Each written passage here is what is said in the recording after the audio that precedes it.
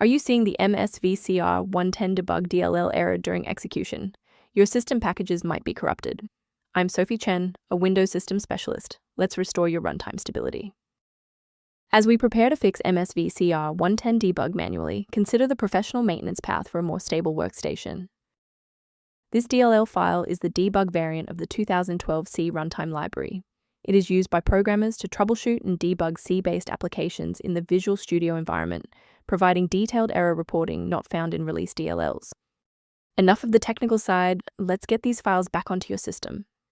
The fastest way to fix this is to reinstall Microsoft Visual C++. Head to Microsoft, download the x86 and x64 Visual C++ redistributable installers, and run them. When the primary installation path fails, a more surgical approach to checking your system's environmental variables is required.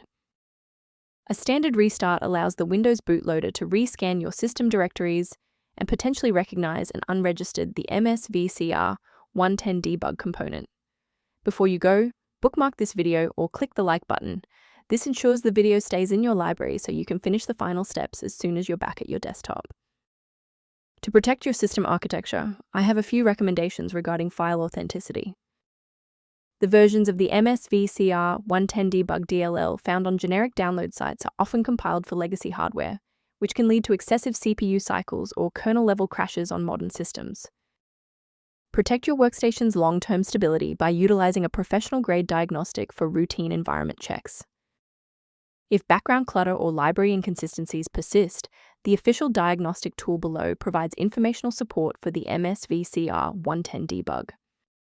I'm Sophie Chen, and I appreciate you watching.